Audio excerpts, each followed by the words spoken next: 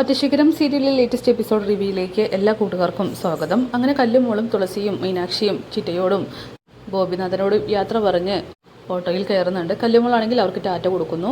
അങ്ങനെ അവർ പോയതിനു ശേഷം ചിറ്റയാണെങ്കിൽ ആകെ വിഷമത്തിലാണ്. ഗോപിനാഥനാണെങ്കിൽ അവരെ സമാധാനിപ്പിച്ച് അകത്തേക്ക് കൊണ്ടുപോകുന്നു. പിന്നീട് മലേഷ്യയിൽ നിന്നും മുകുന്ദൻ കേരളത്തിലേക്ക് എത്തുന്നുണ്ട്.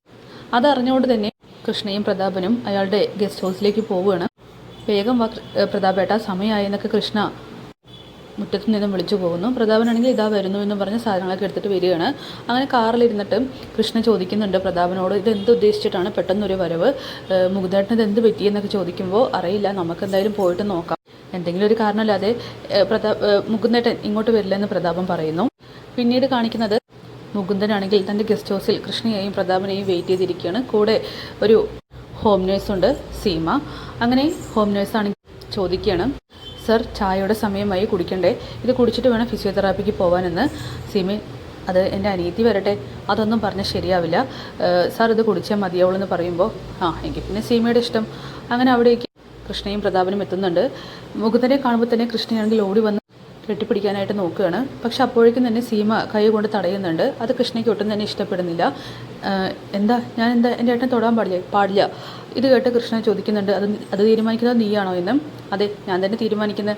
അങ്ങനെ പ്രതാപനാണെങ്കിൽ കൃഷ്ണേ മാറി നിൽക്ക്, തൊടാൻ പാടാത്തതിന് എന്തെങ്കിലും ഒരു കാരണം ഉണ്ടാവും. അങ്ങനെ മുകുന്ദൻ പറയുന്നുണ്ട്, എടി എനിക്ക് വലത് കൈ മാത്രമേ ചലിപ്പിക്കാനുള്ള കഴിവുള്ളൂ, അല്ലാതെ എൻ്റെ ശരീരത്തിൽ ഒരു ഭാഗം പോലും ചലിപ്പിക്കാൻ എനിക്കാവില്ലെന്ന് പറയുമ്പോൾ കൃഷ്ണയാണെങ്കിൽ പൊട്ടിക്കരയുന്നു. അങ്ങനെ കൃഷ്ണ പറയുന്നുണ്ട്, ചേട്ടനെ കാണാൻ പറ്റുമെന്ന് ഒരിക്കലും കഴിഞ്ഞില്ലെന്ന് പറയുമ്പോൾ അത് എല്ലാം ഒരു മാജിക് എന്ന് പറയുകയാണ്. ചേട്ടന് വേണ്ടിയിട്ട് ഞാൻ ഒരുപാട് ക്ഷേത്രങ്ങളിൽ ഇവിടെ വഴിപാടൊക്കെ കഴിപ്പിച്ചെന്ന് പറയുമ്പോൾ അതിൻ്റെ ഫലമായിട്ടായിരിക്കാം എന്നെ ജീവനോടെയെങ്കിലും കിട്ടിയതെന്ന് പറയുകയാണ്. അങ്ങനെ അവർ സംസാരിച്ചു കൊണ്ടിരിക്കുമ്പോൾ സീമ പറയുന്നുണ്ട്, സർ തെറാപ്പിക്ക് സമയമായി, നമുക്ക് പോകാമെന്ന്. അങ്ങനെ അതും കൃഷ്ണയ്ക്ക് ഇഷ്ടപ്പെടുന്നില്ല. പ്രതാപൻ കണ്ണുകൊണ്ട് ഒന്നും മിണ്ടണ്ട എന്ന് കാണിക്കുകയാണ്. അങ്ങനെ അവർ പോകുന്നു. മുകുന്ദൻ പോകുന്നത് കണ്ട് കൃഷ്ണയ്ക്കാണെങ്കിൽ ഒത്തിരി വിഷമാവുന്നുണ്ട്. എന്തൊക്കെ പറഞ്ഞാലും സ്വന്തം ഏട്ടന് ഈ ഒരു അവസ്ഥ വന്നല്ലോ എന്ന് അവൾ സങ്കടത്തോടെ നോക്കിക്കാണുകയാണ്. പിന്നീട് മീനാക്ഷിയാണെങ്കിൽ കല്ലുമോൾ കളിച്ച ആ സ്ഥലത്തേക്ക് വരുന്നുണ്ട്. അവളാണെങ്കിൽ പാവക്കുട്ടിയുടെ തലയൊക്കെ എടുത്തു മാറ്റി അതൊക്കെ കേടുവരുത്തിയിരിക്കുന്നു. മീനാക്ഷി അവളെ കൊഞ്ചലിൻ്റെ ഭാഷയിൽ ശകാരിക്കുന്നുണ്ട്. ഇതെന്തോന്നാണ് ഈ കാണിച്ചു വെച്ചിരിക്കുന്നത്, പിന്നെയും സാധനങ്ങൾ കേടുവരുത്തിയല്ലേ എന്നൊക്കെ ചോദിച്ച് ചീത്ത പറയുകയാണ്. അപ്പോഴേക്കും പ്രസന്നയാണെങ്കിൽ മീനാക്ഷി എന്ന് പറഞ്ഞ് അടുക്കളയിൽ നിന്നും വിളിക്കുന്നുണ്ട്. അത് കേട്ട് കല്ലുമോളാണെങ്കിൽ മീനാക്ഷി എന്ന് വിളിക്കുകയാണ്. ഡി അഹങ്കാരി, നീ എന്നെ പേരും എടുത്ത് വിളിക്കുമെന്നൊക്കെ ചോദിച്ച് അവളെ വഴക്ക് പറയുന്നൊക്കെ ഉണ്ട്. അവിടേക്ക് പ്രസന്ന വരുന്നു. ആഹാ, അമ്മയും മോളും കളിച്ചുകൊണ്ടിരിക്കുകയാണോ?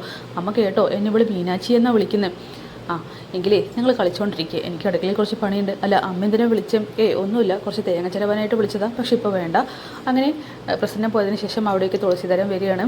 ഇതേ കല്ലുമോൾക്ക് എന്തൊക്കെയാണ് കൊണ്ടുവന്നിരിക്കുന്നത് നോക്കുക. കല്ലുമോൾക്ക് ഇഷ്ടപ്പെട്ട ബോണ്ട, പിന്നെ ഇതാ ഈ 2 പുസ്തകങ്ങൾ, ഇനി മോൾ ഓരോന്നായിട്ട് പഠിച്ചു തുടങ്ങണം കേട്ടോ. പിന്നീട് മീനാക്ഷി പറയുന്നുണ്ട്, അവളിനിപ്പോൾ മലയാളമാണോ അതോ വേറെ ഏതെങ്കിലും ഭാഷയാണോ പഠിക്കാൻ പോകുന്നത് നമുക്കറിയില്ലല്ലോ അച്ഛാ. പ്രസന്ന അത് കേട്ട് വരികയാണ്. അതിന് കൊച്ചിനെ കൊടുത്താലല്ലേ, കൊച്ചെ നമ്മുടേതാണ്, നമ്മൾ എവിടേക്കും കൊടുക്കാൻ പോകുന്നില്ല അതിന്. നീയേ അതിന് ഓരോരോ കാര്യങ്ങൾ പഠിപ്പിച്ച് തുടങ്ങാൻ നോക്കിക്കോ, ഇപ്പോൾ എന്തായാലും വേണ്ട, സന്ധ്യാസമയത്ത് വിളക്ക് വെച്ചതിന് ശേഷം പഠിപ്പിക്കാമെന്ന് പറയുന്നു. അങ്ങനെ തുളസിയാണെങ്കിൽ അടുക്കളയിലേക്കുള്ള സാധനങ്ങൾ പ്രസന്നയുടെ കയ്യിൽ കൊടുത്തു വിടുന്നുണ്ട്. പിന്നീട് രാത്രി മുകുന്ദനും കൃഷ്ണയും പ്രതാപനും ചേർന്ന് സംസാരിക്കുകയാണ്. പ്രതാപൻ പറയുന്നുണ്ട്, ആദ്യമൊക്കെ നമ്മളിങ്ങനെ ഒത്തുകൂടുമ്പോൾ എന്ത് രസമായിരുന്നല്ലേ. അങ്ങനെ മുകുന്ദൻ പറയുകയാണ്, അതെ, സ്കോച്ചൊക്കെ ആയിട്ടും അതൊന്നും ഇല്ലെങ്കിലും ഇപ്പോൾ മുകുന്ദേട്ടനെ ഞങ്ങൾക്ക് കാണാൻ പറ്റിയല്ലോ എന്നിങ്ങനെ പ്രതാപൻ പറയുകയാണ്. അല്ല, എന്താ പെട്ടെന്ന് മുകുന്ദേട്ടൻ ഇങ്ങോട്ട് വരാൻ കാരണം? അവിടെയാണല്ലോ ബെറ്റർ ചികിത്സ കിട്ടുക. അല്ലടോ, ഇങ്ങോട്ട് വരണമെന്ന് തോന്നി, എന്തിനാ വെറുതെ ജീവിച്ചിരുന്നിട്ട്? എന്താ, എല്ലാവരും ജീവിച്ചിരിക്കണമെന്നല്ലേ മുകുന്ദേട്ടൻ ആഗ്രഹിക്കുക? 100 വയസ്സ് വരെ ജീവിച്ചിട്ട് മരിക്കാനും ഒരുപാട് പേര് മടിക്കുന്നു. എന്നിട്ടാണോ മുകുന്ദേട്ടൻ ഇങ്ങനെ പറയുന്നത്? അവിടെയുള്ള ഡോക്ടേഴ്സൊക്കെ കൈവിട്ടതാണ്, പക്ഷേ മിറാക്കിൾ പോലെ ഞാൻ ജീവിച്ചിരിക്കുന്നു. ഇനി മുകുന്ദേട്ടൻ എഴുതിയിട്ട് നടക്കാൻ പറ്റുമെന്ന് ഡോക്ടർ പറഞ്ഞു. അതും ഒരു മിറാക്കിളായിരിക്കും. അല്ല, മുകുന്ദേട്ടൻ ഇങ്ങോട്ട് വന്നതിൻ്റെ കാര്യം? മലേഷ്യയിൽ ഞാനില്ലെങ്കിലും ബിസിനസ്സൊക്കെ നടക്കും, അത് മാനേജേഴ്സും മറ്റൊക്കെ നോക്കിക്കോളും. പക്ഷേ എനിക്ക് ഇങ്ങോട്ട് വന്നതിൽ ഒരു ലക്ഷ്യമുണ്ട്. എൻ്റെ കല്ലുമോൾ, എൻ്റെ മോളെ എനിക്ക് നെഞ്ചോട് ചേർത്തണം, അവളെ എത്രയും പെട്ടെന്ന് എനിക്ക് കിട്ടണമെന്നൊക്കെ പറയുമ്പോൾ മോളെ എങ്ങനെ മുകുന്ദേട്ടൻ ഈ അവസ്ഥയിൽ നോക്കുക? അതിന് ജോലിക്കാരെ വെച്ചാൽ പോരെ? അത്രയല്ലേ കാര്യമുള്ളൂ, ഒരു ആയയെ വയ്ക്കാം.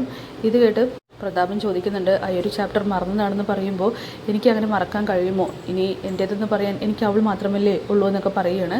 അവിടെ സീമ വരുന്നുണ്ട്, ചായയുമായിട്ടാണ് വരുന്നത്. പാവം, ഇവിടെ പുറത്ത് ജോലിക്കാരെയൊക്കെ വെക്കണം. അപ്പോൾ സീമയ്ക്ക് എന്നെ നോക്കുന്നത് മാത്രമല്ല ബാക്കി പുറം പണികളൊക്കെ ചെയ്യേണ്ട അവസ്ഥയിലാണെന്ന് പറയുമ്പോൾ ജോലിക്കാരെയൊക്കെ എത്രയും പെട്ടെന്ന് ശരിയാക്കാമെന്ന് പറയുന്നു.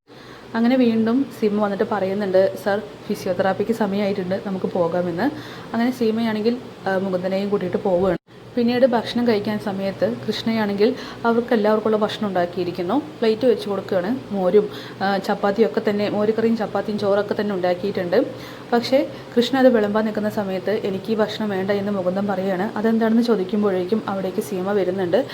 എന്നിട്ട് 2-3 ഈത്തപ്പഴവും ബദാമും അതുപോലെ ഒരു ചപ്പാത്തിയും മറ്റൊക്കെ ആയിട്ട് വരികയാണ്. ഇതെന്താ മുകുന്ദേട്ടാ, ഇതാണ് കഴിക്കുന്നത്? ഞാൻ പറഞ്ഞല്ലോ എനിക്കിപ്പോൾ കൃത്യമായിട്ടുള്ള ഡയറ്റ് പ്ലാനിങ്ങും മറ്റൊക്കെ ഉണ്ട്. സീമയാണ് എല്ലാ കാര്യങ്ങളും നോക്കുന്നത്. കണ്ടില്ലേ, ഒരു കൊച്ചു കുട്ടിക്ക് വയറ് നിറയ്ക്കാൻ പോലും ഇല്ല എന്നൊക്കെ പറയുമ്പോൾ അതെന്താ ഒരു ദിവസം ഇത് കഴിച്ചതുകൊണ്ട് എന്താ സംഭവിക്കുക? അങ്ങനെ സീമയോട് മുകുന്ദൻ ചോദിക്കുന്നുണ്ട്. ഞാനേ ഇതൊക്കെ ഒന്ന് കഴിച്ചോട്ടെ, ഒരു നാടൻ ഭക്ഷണം കഴിച്ചിട്ട് കുറേ കാലമായി എന്ന് പറയുമ്പോൾ സർ ഡയറ്റിങ് എന്തെങ്കിലും തെറ്റിക്കാൻ പറ്റില്ല എന്ന് സീമ തറപ്പിച്ച് പറയുകയാണ്. അതൊട്ടും കൃഷ്ണയ്ക്ക് ഇഷ്ടപ്പെടുന്ന പോലുമില്ല. എന്തായാലും മുകുന്ദൻ്റെ ഈ ഒരു ജീവിത രീതികളും മറ്റും മാറിക്കൊണ്ടിരിക്കുകയാണ്. അങ്ങനെ കല്ലുമോളി വിട്ടുകൊടുക്കേണ്ട സമയം മീനാക്ഷിക്ക് അടുത്തുകൊണ്ടിരിക്കുന്നു. അപ്പോൾ കാത്തിരിക്കാൻ നമുക്ക് നാളത്തെ കിടിലൻ എപ്പിസോഡിനായിട്ട്. Bye bye.